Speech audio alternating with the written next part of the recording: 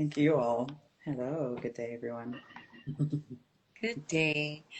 All right. Well, I think we could get started. People are trickling in. Good morning, everyone. We're really excited to host this space to get to know each other and ask questions and get to know our healers. And so we'll just get started. So, welcome to We Still Move monthly series, Care Rituals at Home, where we spend a month getting to know a little more about our community healers.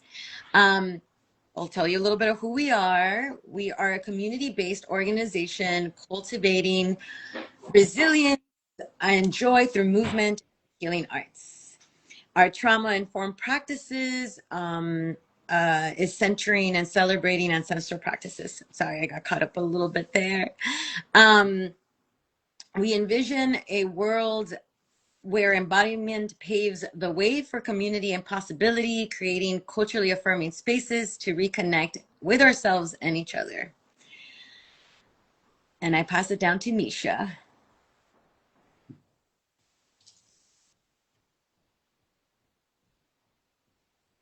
Oh, Oh, I think Misha, you're muted. Thank you. Thank you for letting me know. Cool. So a little bit about our Healing Artists Network. We're also involved in building a Healing Artists Network, which is a partnership with our growing community of over 25 BIPOC healing artist practitioners to support the well-being of our community healers and our community. So together we nurture collective care by uplifting rooted healing practices that sustain collective. So these healers are the folks you've been seeing at our cares, both at Peter and online. They've been offering their services at our monthly care clinics. And so we'll be highlighting them one healer per month through our kind of new workshop series, Care Rituals. And so to online programming as a way to meet the current needs of with the attacks on our communities from the ICE occupation. Our virtual programming is intended to be attended from wherever folks feel safe, and then it's also just referenceable after after we've recorded it. And so I'll pass it back off to Joe to introduce us to ONYI. Yeah, thank you, Misha. And so, yes, I'm really excited to start this session. Joining us today, we have multimodality healer, creative artist, educator, initiated priestess, ONYI Love. thank you. Welcome.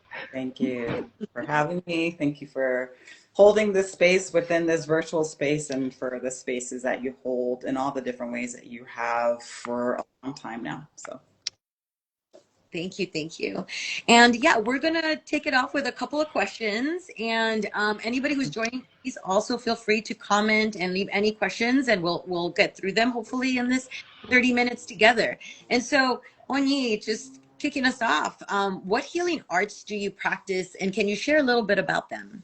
Yes, definitely. So I practice a few different modalities. Kind of the major ones are sound healing, sonic vibration. So that is through my voice, through instruments that I play, kind of more, what people consider like more sacred instruments or more conventional instruments, even though I consider all of it as sacred.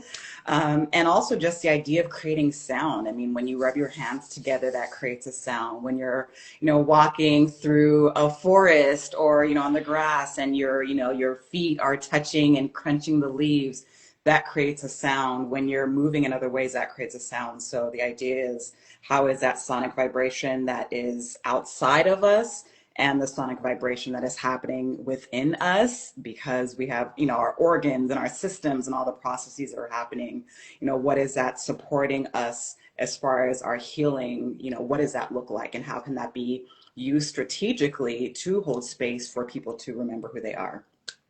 I also practice a laying of hands modality. I was attuned as a Reiki master teacher by Elizabeth DeVries a few years ago. And so then I transitioned into a modality called pure bioenergy that's similar to Reiki, but very different as well in terms of, our protocol. But the idea is, utilizing our hands, utilizing our gaze, utilizing just the energy that, is moving through us, or that we are kind of resonating or, reflecting, and supporting, another individual who is, within their own energy field as well. And then looking at the energy that's all around us, all the different names for life force energy, whether it's Ashe, in the Yoruba tradition, or prana or chi, or all the different names by which we understand this idea of life force energy.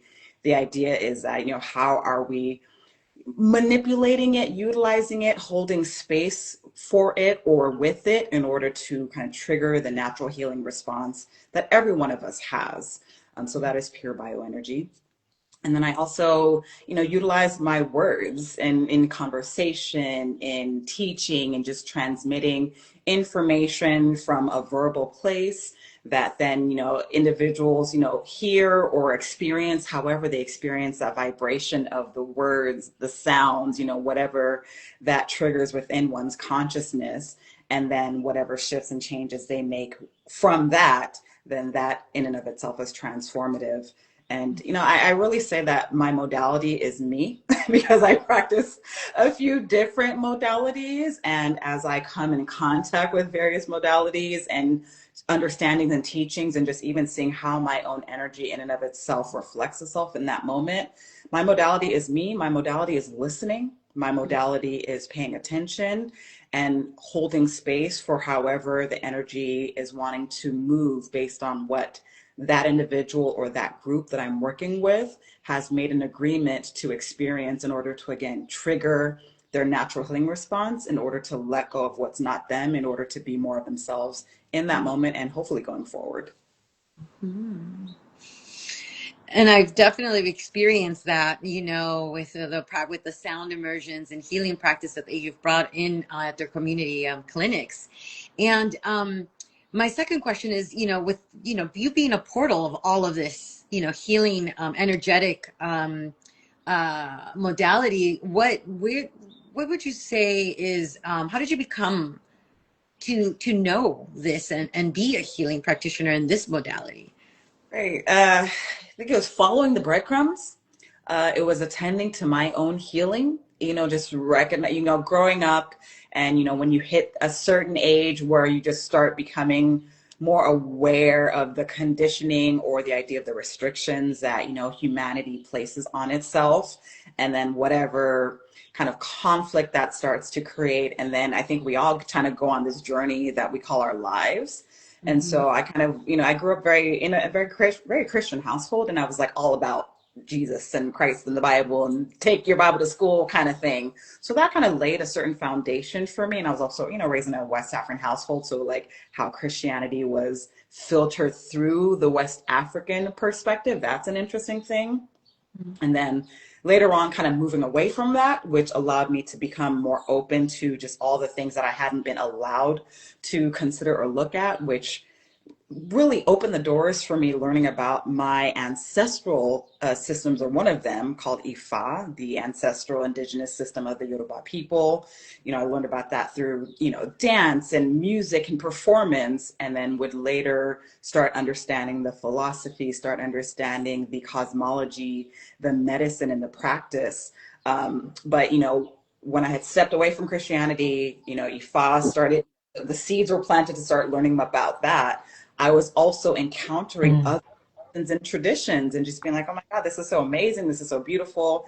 I see a lot of similarities, differences, but for me, they're all parallel and speak to how humanity just recognizes the divine within us and outside of us. And again, just understanding kind of the challenges that I was facing, considering the traumas that I had witnessed or navigated around me in different ways, and just being like, I need help. And once I said that, then that also brought in just, my awareness about things like Vipassana, meditation, different practices I had with specific teachers and groups around intimacy, understanding more about our connection to and reflections with animals and plants. So I was just kind of delving into and like following the breadcrumbs around all these different systems to heal myself, really.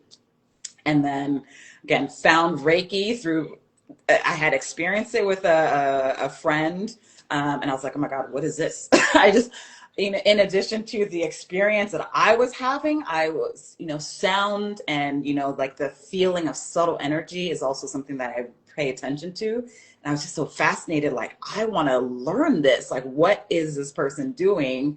And when the opportunity arose through just having a random conversation with someone, then I took it to learn from my teacher, Elizabeth DeVries. Later on, then I met my pure bioenergy teacher on a not random, but I was working in corporate America for a financial services company. And on a work trip, I was in the elevator with the person who then became my pure bioenergy teacher.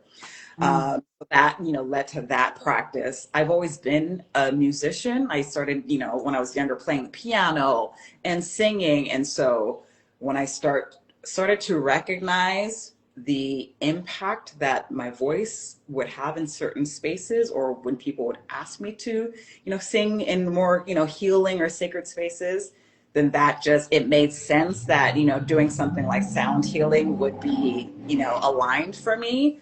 I came across singing bowls. I had seen people use them, but that was kind of like, I don't know if I, need to tap into that. And then I was literally in one of those like souvenir convenience stores, with like different products from different parts of Asia. And I saw a singing bowl and Spirit was like, just get it. I got it.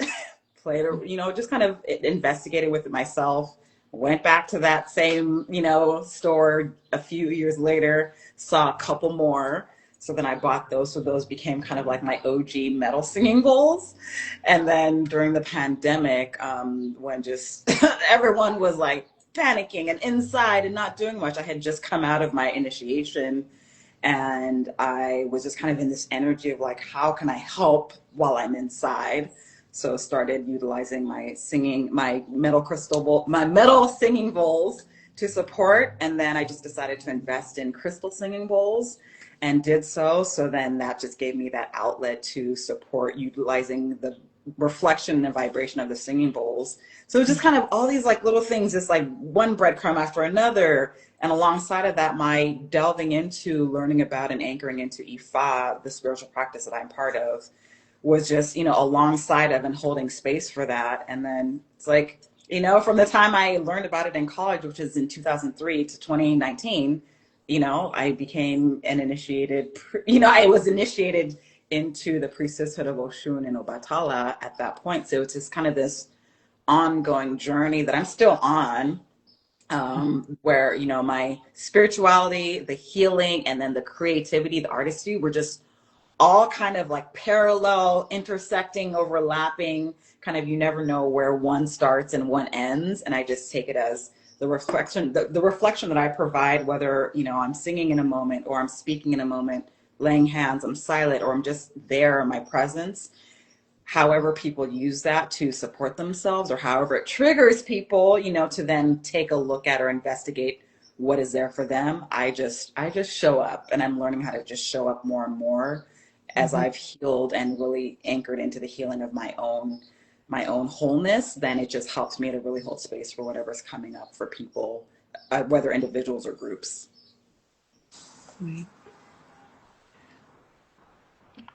Fantastic. Yeah, no, I think that was kind of on our list of questions somewhere around any definitive or catalyzing moments on your journey, kind of like weave threads of different things together. But yeah, are there any other definitive or catalyzing moments that come to mind, just like looking back on kind of your path from, I guess, path to here, to this moment? Right. And I think the catalyzing moment was like that walking away from Christianity as I had practiced it. So that opened doors to just allowing for the introduction to or influence of other traditions that, I had always been taught were just conflicting or just evil or just negative. And in my mind, I was like, like, how could you, like, when you're talking about loving the earth and like loving the creatures and like looking at the beauty of stones or other things, utilizing any of those, whether it's tarot or astrology or whatnot, to become a better person, from my perspective, is like, I don't the math is not mathing to one part of me, but I can understand the dogma. And, when any one of us is so kind of embedded in, entrenched in from kind of a closed perspective in our own tradition, it's, I think it's one thing to focus on a system and to like really be all in with that, but to see the validity of others, that's one path. And it's a whole other thing to be so within your system and then to imagine that everything else outside of you is just not right. I'm like, no, it's not right for you, but it's right for other people. So, that's one of the catalyzing things. And also just, there were experiences that I had like growing up, in my household at times that, when you're in the experience, you, at least for me, I can't speak for everybody, there is the pain of the experience, but it requires you being outside of the experience and looking back to be like, oh, wow, that impacted me in ways I didn't even realize. And the ways that I interact with people, the circumstances I find myself in, the situations that I'm in, how I respond to life, like that is directly correlated with whatever was happening for me in that experience. How do I transform that? So I no longer am reacting from that place of, the pain that past versions of me felt. How do I, what's something needs to change. And, literally that moment that I had mentioned before where I was like, something needs to change. I don't even remember if it was just me thinking that, of just being so overwhelmed by just these ongoing negative experiences that I was having, or the ongoing experiences of things I was looking at from a negative perspective. I'll say it that way. Or if I literally was like, help me, God, or help me, whoever, just help me. It's almost like that moment when you just like have really fallen into or arrived to this place where you're like, I just can't do this myself. I'm at a breaking point. Something needs to change. Then it's almost spirit's like, okay, great. Here, all these things. So it literally just, a lot of the things just happen like back to back to back to back. And I just was like, all in one thing, see where that leads. And wow, that was transformative. I'd never meditated. And I jumped into like a 10-day silent meditation. So that was powerful. Or, the project that I was part of, I was like, I understood intimacy as I think most people do through the lens of the idea of only sex, like romantic love, but the idea of intimacy and breaking down the walls between us. I was like, wow, that's a concept that I'd never really considered. And being in that practice intensely, like shifted how I communicated, shifted, how I engage with people and how I saw myself, how I saw others. And then again, being in touch with my indigenous ancestral system of like, this is literally like my blood and my bones. This is a whole rich system with our philosophy, cosmology, chemistry, science, all the different things that was just never separated from, my ancestors' cultures. It wasn't like we live life and then we have our spiritual system. No, it's like, no, it's all one thing that's embedded in, encoded within, and expressed through the language and the dance and the singing and the food. I was like, that is tremendous. And to think that in our societies, like that has been negated, it's been demonized, like people were stripped away from that one enslavement, and then like just the demonization of that, but also looking at the resilience of people within the diaspora and on the continent where, those individuals who did their best to maintain the traditions, even if that looked like hiding it within the dominant tradition or, just other ways of exploring that. That was so profound to me.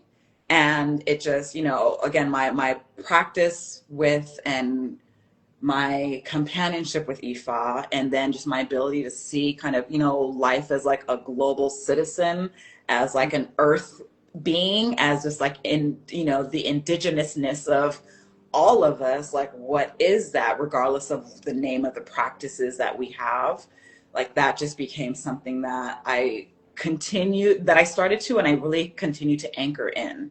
And it's like, what stories do we tell ourselves? What tools and resources our ancestors have, and what opportunities do we have today to really heal this idea that humanity, a good portion of humanity sits in, called I'm not worthy, I'm not connected to myself or the earth. I'm not connected to each other, and I need to escape my body or earth. Like, how do we heal that? Like, what needs to happen? And so for me, Ifa has been such a beautiful answer response to that, and as well as other practices and other traditions. And I think the more that we go back and understand the past and then really be in and sit in our present, then, you know, the opportunities for creating a future of peace and joy are, it's like we have infinite opportunities, Right. literally. So yeah, just it's just this ongoing, you know, On. like spiral, like Well, Onyu, you really, with that answer, really dived into a lot of different concepts and or different types of, other conversations we had in mind for us in this session. Starting with the lineages that inspire you to learn and to keep diving into. But I think one of the things that you mentioned that really stood out to me is that you gave yourself that opportunity by opening the doors by saying, this is not the only practice I'm going to dive into. And I'm actually going to go deeper than that and look into my ancestral lineages and find out where is the healing, from that lens and that perspective. And then just going along with those, with that direction, I think as far as We Still Move, we really try to center ancestral practices because we do believe that that is the way to connect to that being that you're talking about, that essential, the essential connection of just knowing that you're part of everything else, all of our, all our relatives around us, and knowing that that's where, healing can come from. And it's that it's intersectional. You talked about food, moving, energy. And so, I think we've been taught that it's very, you go to a doctor, the doctor tells you it's just about your heart. You go to one doctor, doctor tells you about that. And, and what you've mentioned, it's, it's a more of a more holistic approach. And so there's many questions I have for you, but I think that we would start with, knowing that you're coming from this intersectional, based from your lineage and your history and your experience healing yourself. What have you seen, the modalities you practice? How do you see people be impacted by that? Like, what are what are some of the, what does it heal and essentially? And I know everybody's different, but from your experience, what have been some of the impacts that you could see that, sound healing, how does that shift? Like, what is the intention behind those healings? right. I'm thinking of I'll think of one client in particular, one example where this person reached out to me. It was like actually their partner reached out to me, and I was like, okay, that's great. I love that your partner. I was like, but your partner has to be the one to do so. But in my conversation with this person, they had like all these different like healer people that they go to, therapists, shaman, all these things. And I was like, well then why do you why do you need me? Like, you have all these people, like, and these are real questions that I have. My thing is like, I'm not just here to like make money. The money and the exchange helps, but it's like my focus is like, what am I bringing to you, and what is your intention as far as coming to me? And what the person, indicated, even though they're not at least an African or Black presenting individual, they're like, you bring in a divine feminine and African energy. I was like, that's okay.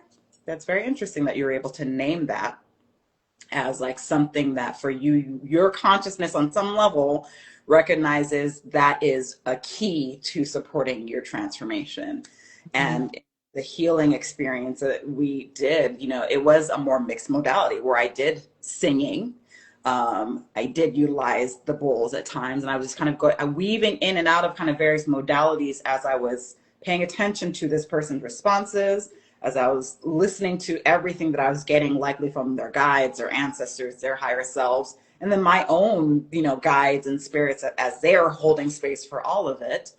And really, watching the intense, visceral experiences individuals having at various moments, or even like touching a part of the body and then noticing just kind of what that brought in, and then singing to it, or just again weaving in and out of the various modalities, just listening to what was necessary. And the response that this person had was like, I felt like I was reborn. Mm-hmm. Wow. Okay, because they had been holding onto a lot of trauma in light of a relationship with one of their parents. And so whatever that had created for them, you know, had caused them to kind of either shrink in or create some sort of just exterior, or, you know, just block off things. And just, you know, the mixture of the various modalities that were, you know, is very intentional. I'm not haphazardly doing things, but I'm listening in order to use them strategically. And they felt like a layer had, like they literally had shed layers that had developed for them. And the interesting thing is that their partner was in the other room because logistically they couldn't like leave. So I was like, it's okay if that, you know, my client is fine with that, because that can be its own challenge. Mm-hmm. And they were having their own experience in another room, just being in the space where the healing was happening, that then helped them transform. So it's like the space that I'm holding using the modalities, and which any healer is doing, you're holding space for people to receive a reflection you're given, whatever that reflection is. They will then use that energy however they need to in order to, again, break through, heal themselves, clear, alchemize, whatever ground, whatever is needed in that moment. So I don't know if that answered the question. Yeah. A lot of people are like, well, what is that going to do for me? Like, why is that, you know, especially if you just see it from the outside without experiencing.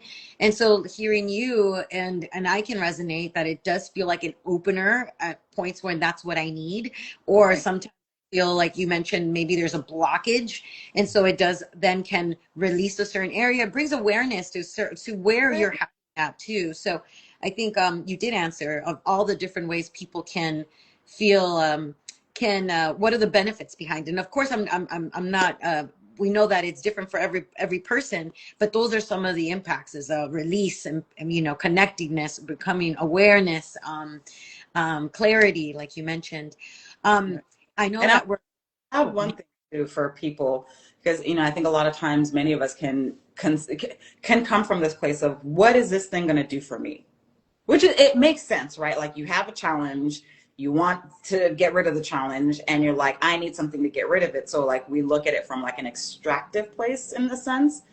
And then I'm like, okay, flip the script and say, you know, you have a challenge, and then you were drawn to or led to someone or something.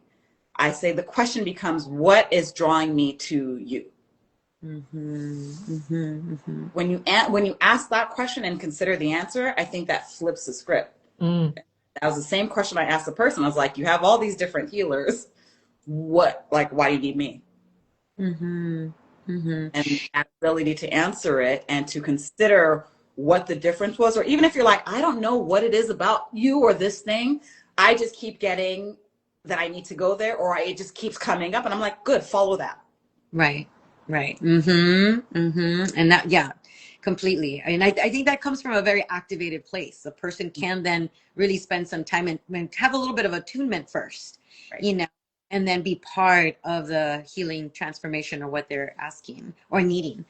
I know we're at 12. Misha, do you have any other final questions that we want to bring up before we wrap up? I feel like the time goes so fast because there's always the questions that pop up and you're like, I want to be here, but also the questions that come up. So,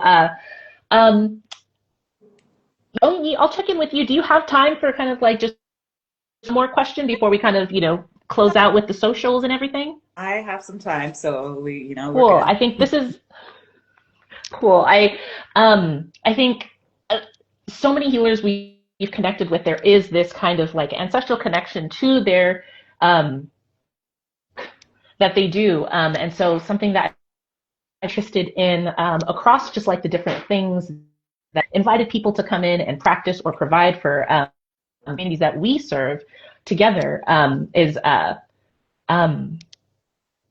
what has it been like stewarding or carrying kind of like ancestral practices? I know that, you know, like they change and shift over time to meet the need moment, and then even within kind of, you know, the changes and shifts and adjustments to kind of connect with that person. Yeah, I'm just curious kind of like what if there's any noticings or like almost like a then and now kind of of the practices ways in which you practice in, kind of like what's different, what has endured, what is the same. I know before you mentioned, and just from generation to generation, the ways in which folks have been like, oh, to practice this, maybe it looks like a little bit more hidden or embedded in kind of like the dominant culture, to kind of keep it alive. And so I guess questions, like any thoughts or reflections that have come up around kind of from within the modalities you practice. Right. That's an interesting thing, because even, the modalities I practice, they're really kind of a mixture of things, right? So even me, like when I do ceremony and ritual, like I'm not doing any Fa ritual or any Fa ceremony. Mm.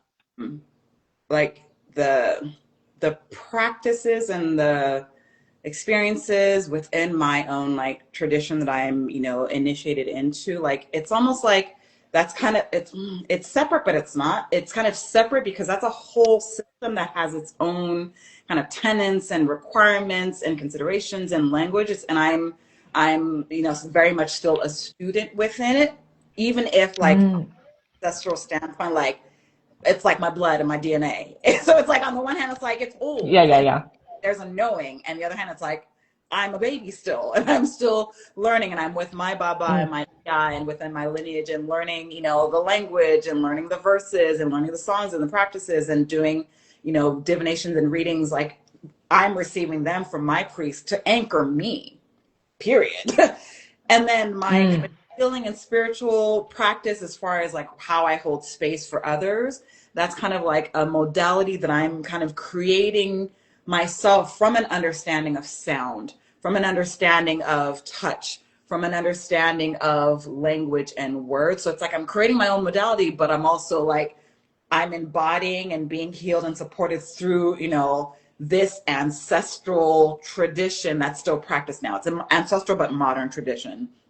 So I'll say that to answer the question in one way. And then the other way is also the transformation and the alchemy that I have been going through myself of like, okay, so, when I was delving into all these different practices, it's like, ooh, stones and crystals and animals and sound and all the things. And let me do all the things and help all the people. And like, I think having that almost like a newborn or newfound energy, like you want to consume everything, and it's fun, but it's a lot, and you're like mixing things.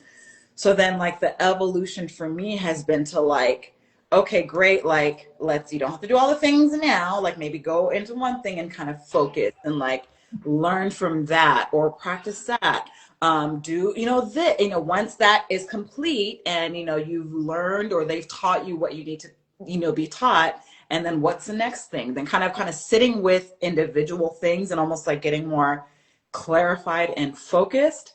And then simplifying, even in my practice, when I was initially practicing Reiki, so like that evolution that was interesting, because I remember when I first started practicing and I was like kind of doing all the things. It was like the laying of hands, but then I would also be getting information. I mean, I had one client who like showed up a day earlier than their session, and I was like feeling them. But it's like, and I think from an ego place, like the idea of like, and I'm going to do the Reiki session and I feel all the things and I know all the things. But then I remember after one session, I was exhausted. Yeah. And I was like, what? I had the thought like, why, like how much longer am I going to keep doing this? And that freaked me out, because in my mind, I was like, oh, but I'm a healer and I love healing. So why would I have that thought? And I had to recognize, and it was through my pure bioenergy practice, where my teacher, this man from Slovenia, so very like, and a hilarious man, but also like, no, we were going to do it like this. So having a certain like masculine energy to like bring in a structure is like, get out of the way, stop doing too much. It's simple. Right. Keep it simple. And I think you can even see, and I have yet to delve fully in the ancestral history of Reiki and what it is, how it was practiced previous to when it was introduced to the West. Mm, Whatever Mm, mm, mm. is occurred in light of that to make it more potentially palatable for a Western audience. So it's just kind of interesting to consider, you know, the ways in which we can practice things and we can do things in general as human beings. Like we like extreme, we like complicated, we and do. often things are very simple. They're so powerful, intense and powerful, but it's that simplicity, it's that purity that is actually going to get the work done when you start kind of blending things, not from a place called, okay, no, what spirit is saying is, yes, bring this element here, bring that element here, or sometimes spirit's like, nope, keep it pure here. But when we start kind of mixing, dabbling from a place called one thing is not enough, and I need to show from a place of ego that I know all the things, Mm, then we create an environment that actually is more damaging than healing. But even that can be an Mm. experience because, again, you start to learn from that. I think my transformation has been like settling down, anchoring in, simplifying. I mean, today I literally was like finishing up the tail end of like simplifying and clearing my altars because I still had a lot of things. I had like my ephod pots and I had like the stones and I had the things and I had and it's like no, keep it simple and clean yes. here because that's work that is actually going to cut through, especially in these times now where like it feels like all the things are spiraling. It's Right. convoluted, complex, confused because you know it's like things are being shaken up because like spirits like humanity get it together, get it together. So it feels like a lot. So when something or someone can come in that's like, no, it's just gonna be simple, pure. I'm just gonna use a sound, one sound, or I'm gonna just use water, or I'm just gonna say an E5, one E5 prayer, or one, you know, indigenous prayer from the Americas. Like it's when we keep it simple and pure, that's where a lot of the magic happens. Mm-hmm. So And thank you for sharing that because I think that a lot of people have, you know, it's hard to even get to that simple place. You know, it's hard to even get to that space where you're just listening or you're just observing. And so I'm excited that you actually brought that up because I think everyone who's still listening to us or you know who will be listening to this video, we do have more time with ONYI coming up at the end of the month. ONYI will be giving a workshop that we're really excited, calling Sounding, Grounding, Embodying Forable on Horrible. for ballet on Tuesday, October 21st at 10:30 a.m. We will be dropping the link so that you can register. But I think that you know, if you're curious of just you know everything we talked about and how in ways that you can disconnect or even make life simpler so that you can listen and so you could be more aware, this will be your class to come to. And so we will be advertising, I mean, we'll be posting on it so that you can register. The registration link is already online. And yeah, and so I just want to take this time to you know, share with everybody, ONYI, if you can share where people can follow you or share your website, any in any way that people can reach out to you and learn more.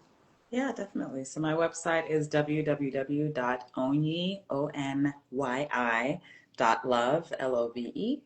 And my Instagram, I have a couple accounts. So I have onyi.love, the one that I'm on right now.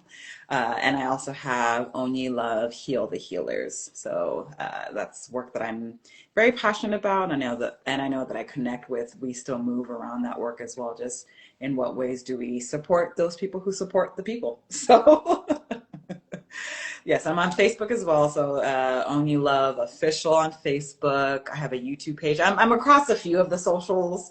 You know, some I just avoid, but then some. And I'm like, let me try to see if I can, you know, make this thing happen here. So, but there's different ways you can find me. And yeah, sounding, grounding, embodying 40 ballet. It's gonna be a multimodal experience of sound, of movement, of conversation, really around the idea of reverence for ourselves, reverence for the earth, and in the earth and how it's expressed across of nature.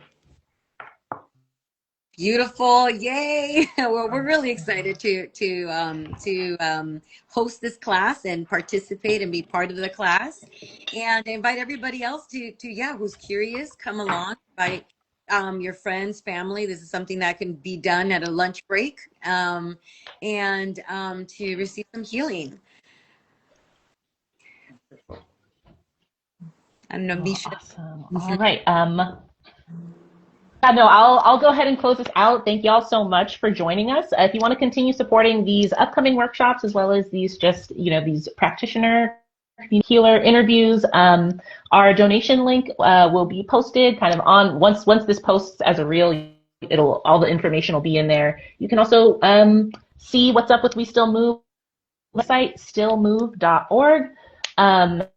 Yeah, if you want to throw any donations or tips our way, that makes it so that we can keep kind of facilitating this, make that we are supporting each other financially, energetically, to be able to keep doing, these connections. These connections will happen either, but we hope that you have a wonderful day, and we hope to move with y'all soon. Thank you. Thank you, Thank Macy. you. Bye, everyone. All right, thanks again, y'all.